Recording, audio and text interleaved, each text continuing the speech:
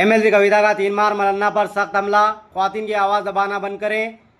हैदराबाद से बड़ी खबर, 3 मार मलन्ना के बयानात पर एमएलसी कविता का शदीद रद्दअमल सामने आया है। तेलंगाना जागृति सदर और रुकन कानून साज कौंसिल कविता ने कहा है कि तेलंगाना में ख्वातीन खास तौर पर बीसी तबके की बेटियां हमेशा बाइज्जत मुकाम रखती हैं, लेकिन सियासी मैदान में जो ज़बान ख्वातीन के खिलाफ इस्तेमाल की जा रही है वो शर्मनाक है। कविता ने 3 मार मलन्ना के खिलाफ शदीद बरहमी का इजहार करते हुए कहा कि सिर्फ इसलिए कि मैं बीसी तबके से हूँ, क्या जो चाहे वो कहा जाए। इन्होंने सवाल उठाया, अगर कारकुनान एहतजाज करे तो क्या इन पर गोलियां चलाई जाएगी? एक औरत अगर सवाल करे तो बर्दाश्त नहीं होता। एमएलसी कविता ने वज़ीर आला रेवंत रेड्डी से मुतालबा किया कि वो इस मामले में फौरी कार्रवाई करें और अगर ऐसा ना हुआ तो ये समझा जाएगा कि 3 मार मलन्ना को पस पर्दा हिमायत हासिल है। कविता ने 3 मार मलन्ना की एमएलसी रुकनियत से फौरी मुअत्तली का मुतालबा भी किया और रियासती पुलिस सरबराह की मुकम्मल तहकीकात की अपील की। आखिर में कविता ने कहा, 3 मार मलन्ना आखिर कौन है और वो क्यों अवाम को मेरे खिलाफ भड़का रहा है? मैं खामोश नहीं बैठूंगी। అందరికీ నమస్కారం। తెలంగాణ రాష్ట్రంలో ఆడబిడ్డలంటే ఒక ప్రత్యేకమైనటువంటి గౌరవం ఉంటుంది। మొత్తం దేశంలో ఒక రకమైనటువంటి సంస్కృతి ఉంటే తెలంగాణ రాష్ట్రంలో ప్రత్యేకించి బీసీ బిడ్డల ఇళ్లలో మరీ ముఖ్యంగా ఆడబిడ్డలకు కాళ్ళు మొక్కి ఏదన్నా శుభకార్యం ఉంటే తండ్రులు అన్నదమ్ములు బయటకు వెళ్ళేటటువంటి సంస్కృతి ఉంటుంది। బోనం ఎత్తుకున్నటువంటి ఆడబిడ్డను ఆల్మోస్ట్ అమ్మవారిని చూసినట్టు చూసేటటువంటి ఒక పవిత్రమైన సంస్కృతి మన తెలంగాణ రాష్ట్రంలో ఉంటుంది। ఇప్పుడిప్పుడే తెలంగాణలో భారతదేశం మొత్తంలో మహిళలు రాజకీయంలో ముందడుగేస్తూ సమస్యలపైన మాట్లాడుతున్నటువంటి సందర్భాన్ని మనం గమనిస్తున్నాం।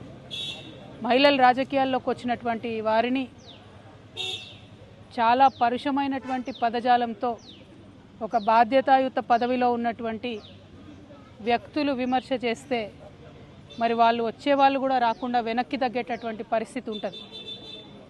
నా ఒక్కదాన్ని ఈరోజు ఎమ్మెల్సీ నవీన్ గారు, చింతపండు నవీన్ అలియాస్ 3 మార్ మల్లన్న గారు ఎంత దారుణంగా మాట్లాడినరో తెలంగాణ ప్రజలందరూ చూసిండ్రు। అసలు మేము ఆడబిడ్డలు అట్లాంటి మాటలు కనీసం మా నోటితో కూడా ఉచ్చరించేటటువంటి పరిస్థితి కూడా ఉండదు। సిగ్గు అనిపిస్తుంది, నిజంగా బాధ అనిపిస్తుంది। ఎందుకు రావద్దా? ఆడపిల్లలు బయటికి రావద్దా? రాజకీయాల్లో ఉండొద్దా? చెయ్యొద్దా రాజకీయం? ఏం మాటలు ఇవి? అంశం మీద మాట్లాడాలనుకుంటే, ఇష్యూ మీద మాట్లాడాలనుకుంటే ఇష్యూ బేస్డ్ మీద మాట్లాడండి। దాదాపు 1.5 ఇయర్ నుండి తెలంగాణ జాగృతి నుండి బీసీ అంశాల్లో మేము అగ్రభాగాన నిలబడి పోరాటం చేస్తున్నాం। నేను ఏ ఒక్కనాడు కూడా 3 మార్ మల్లన్న గారిని ఒక్క మాట కూడా అనలేదు, నేను అసలు ఆయన నన్ను ఎందుకన్నాడో కూడా నాకు తెలియదు, నన్ను అనాల్సిన సందర్భం ఏందో కూడా నాకు తెలియదు। సరే, ఆయనకి ఏం కోపం ఉందో లేకపోతే ఎవరన్నా ప్రేరేపించిండ్రో ఎందుకన్నారో నాకు తెలియదు। 3 మార్ మల్లన్న గారిని మాత్రం నేను ఒకటి రిక్వెస్ట్ చేస్తూ ఉన్నా, మీరు బీసీ బిడ్డ కాబట్టి ఏది పడితే అది మాట్లాడితే చెల్లిపోతుందంటే కరెక్ట్ కాదు।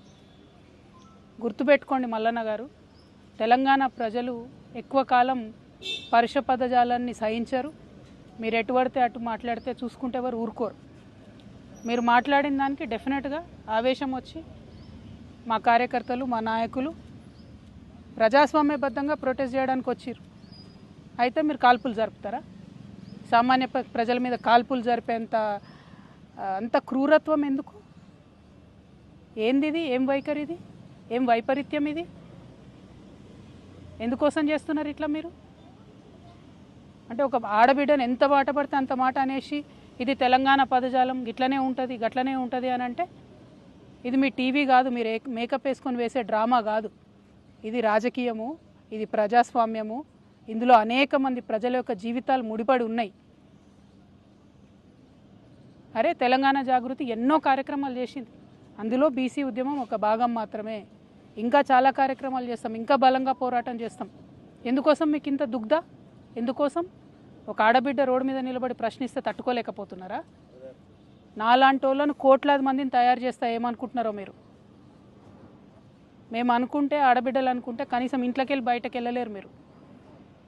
ఆలోచన చేసుకోవాలి మల్లన్న గారు, ఎవరి కోసం మాట్లాడుతున్నారు మీరు? నేను ఇవాళ రాష్ట్ర ముఖ్యమంత్రి గారిని కూడా అడుగుతున్నా, ఈ మల్లన్న గారు నిన్న మధ్యాహ్నం ఈ టైంకి ఈ మాట మాట్లాడితే ఇంతవరకు నేను ముఖ్యమంత్రి గారికి ఒక సహచర ఎమ్మెల్సీని ఇంతవరకు కనీసం ముఖ్యమంత్రి గారు మాట్లాడలే. ఆ రోజు వారి కుటుంబ సభ్యుల మీద మాట్లాడితే ఇద్దరు ఆడపిల్లల్ని, యూట్యూబర్స్ని, జూనియర్ జర్నలిస్టులని పట్టుకపోయి మీరు జైల్లో పెడతారా? ముఖ్యమంత్రి గారు, నేను మిమ్మల్ని డిమాండ్ చేస్తూ ఉన్నా, మీరు తక్షణమే మల్లన్న గారిని అరెస్ట్ చేయకపోతే మల్లన్న గారితో ఈ మాటలు మాట్లాడించింది మీరే అని కూడా తెలంగాణ ఆడబిడ్డలు అందరూ అనుకునేటటువంటి పరిస్థితి వస్తుంది. మీ కుటుంబానికి ఒక న్యాయం, తెలంగాణ ఆడబిడ్డలందరికీ ఇంకో న్యాయం ఉంటుందా? ఎంత ఆవేదనగా మాట్లాడినారు ఆ రోజు అసెంబ్లీలో ముఖ్యమంత్రి గారు. మా ఆడబిడ్డలు అంటారా, మా కుటుంబాన్ని అంటారా అని. ఇవాళ నేను తెలంగాణ ఆడబిడ్డను కాదా? తెలంగాణ ఉద్యమంలో పనిచేయలేదా? తెలంగాణ బీసీల కోసం పనిచేస్తలేనా? తెలంగాణ అసెంబ్లీలో అంబేద్కర్ బొమ్మ పెట్టాలని దీక్ష చేయలేదా? ఎన్ని పనులు చేసినాం, ఎన్ని విషయాల్లో కొట్లాడినాం, ఎన్ని అంశాల్లో మాట్లాడినాం, ఇంకా మాట్లాడతాం. మాకు అవకాశం ఇస్తే ఆడబిడ్డలకి ఇంకా మాట్లాడతాం. ముఖ్యమంత్రి గారు నేను డిమాండ్ చేస్తూ ఉన్నా, ఎట్టి పరిస్థితుల్లో వెంటనే తీన్మార్ మల్లన్న గారిని అరెస్ట్ చేయాలి. మేము రేపు ఉమెన్స్ కమిషన్ కూడా వెళ్తాం, నేషనల్ ఉమెన్స్ కమిషన్ కూడా వెళ్తాం. ఇవాళ చైర్మన్ గారికి ఇచ్చిన రిప్రజెంటేషన్లో కూడా నేను అదే చెప్పిన, హౌస్ సెషన్లో లేదు కాబట్టి ప్రివిలేజ్ మోషన్ నేను మూవ్ చేయలేను, కాబట్టి ఎథిక్స్ కమిటీకి మీరు రిఫర్ చేయండి. అట్లానే చైర్మన్ గారికి డిస్క్రిషనరీ పవర్స్ ఉంటాయి, అంటే చాలా అసాధారణమైనటువంటి పవర్స్ ఉంటాయి. ఆ అసాధారణమైనటువంటి పవర్స్ యూజ్ చేసి తీన్మార్ మల్లన్న గారిని వెంటనే ఎమ్మెల్సీ నుండి సస్పెండ్ చేయమని కూడా నేను డిమాండ్ చేస్తూ ఉన్నాను. ఎందుకంటే ఒక బాధ్యతాయుతమైనటువంటి పదవిలో ఉన్న వ్యక్తులు నోరు చూసుకొని మాట్లాడాలి. మనని లక్షలాది మంది ప్రజలు గమనిస్తుంటారు. నాకు మాట్లాడరాక కాదు, నాకు భాష తెలియక కాదు, కానీ కంట్రోల్లో ఉండాలి, లిమిట్లో ఉండాలి, ప్రజాస్వామ్యబద్ధంగా ప్రశ్నించాలి. అది వదిలిపెట్టి మీరు ఏది పడితే అది మాట్లాడతామంటే మాత్రం మేము ఇక్కడ ఊరుకోము.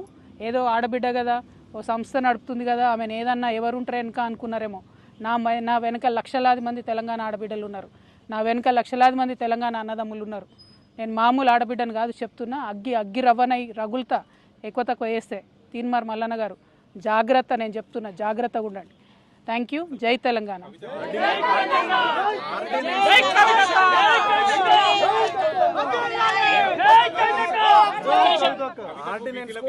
సంబంధం లేదు, ఎందుకు మాట్లాడదు, ఎందుకు సంబరాలు చేసుకున్నారు?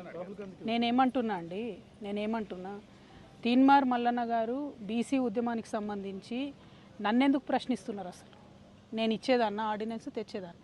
నేను మీలాగానే ఉద్యమం చేస్తున్నా, ఆయన ఉద్యమం చేస్తున్నారు. అసలు నేను ఆయన ఎప్పుడన్నా ఏమన్నా అన్నానా? ఆయన అంతటా ఆయన వచ్చి నా మీద ఎందుకు మాట్లాడుతున్నారు అంటే, నాకు వ్యతిరేకులు ఎవరు ఆయనను ప్రేరేపిస్తున్నారా? అది ముఖ్యమంత్రి గారు ప్రేరేపిస్తున్నారా? ఎవరు ప్రేరేపిస్తున్నారు మరి? ఎందుకంటే ఈయన మాట్లాడి 24 గంటలు అయిపోతే ప్రభుత్వం కనీసం చర్య తీసుకోలే. మీ మీద ఒక ట్వీట్ పెడితే రాత్రికి రాత్రి చిన్నపిల్లల్ని ఎత్తుకపోయి జైల్లో పెడుతున్నారే. మీ మీద ఒక ఫేస్బుక్లో కమెంట్ పెడితే ముఖ్యమంత్రి గారు ప్రత్యేక బృందాలను పెట్టి వెతికి మరీ అరెస్ట్ చేస్తున్నారే. ఒక ఎమ్మెల్సీని, ఒక ఆడబిడ్డని, ఇదేనా మీరు తెలంగాణ ఆడబిడ్డలకు ఇచ్చే రక్షణ? అందుకే క్రైమ్ పెరిగిపోతున్నది. ముఖ్యమంత్రి గారు ఇంత అలుసుగా ఉంటున్నారు మహిళలను ఏమన్నా కూడా. కాబట్టి ఇక సాధారణ మహిళల పరిస్థితి ఏందండి? ఓ పదవిలో ఉన్న ఎమ్మెల్సీకే ఇటువంటి గతి ఉంటే ఈ రాష్ట్రంలో సాధారణ మహిళల పరిస్థితి ఏంటి చెప్పండి? ముఖ్యమంత్రి గారు చర్యలు తీసుకోవాలి. ఆయన తీన్మార్ మల్లన్నకి ఏం సంబంధం అండి? ఆయనని ఏమన్నా నేను అసలు ఎప్పుడూ ఏమనలేదు. నేను ఇన్ని 1.5 years నుండి బీసీల కోసం కూడా ఒక్క సెకండ్ కూడా నేను ఆయన గురించి మాట్లాడలేదు. ఆయన ఎందుకు నా గురించి మాట్లాడాలి? First point. సెకండ్ పాయింట్, ముఖ్యమంత్రి గారు మాత్రం చూసి చూడనట్టుగా ఈ వ్యవహారంలో ఊరుకుంటే తెలంగాణ ఆడబిడ్డలందరం కూడా ఇది మాకు అవమానంగానే భావిస్తాం.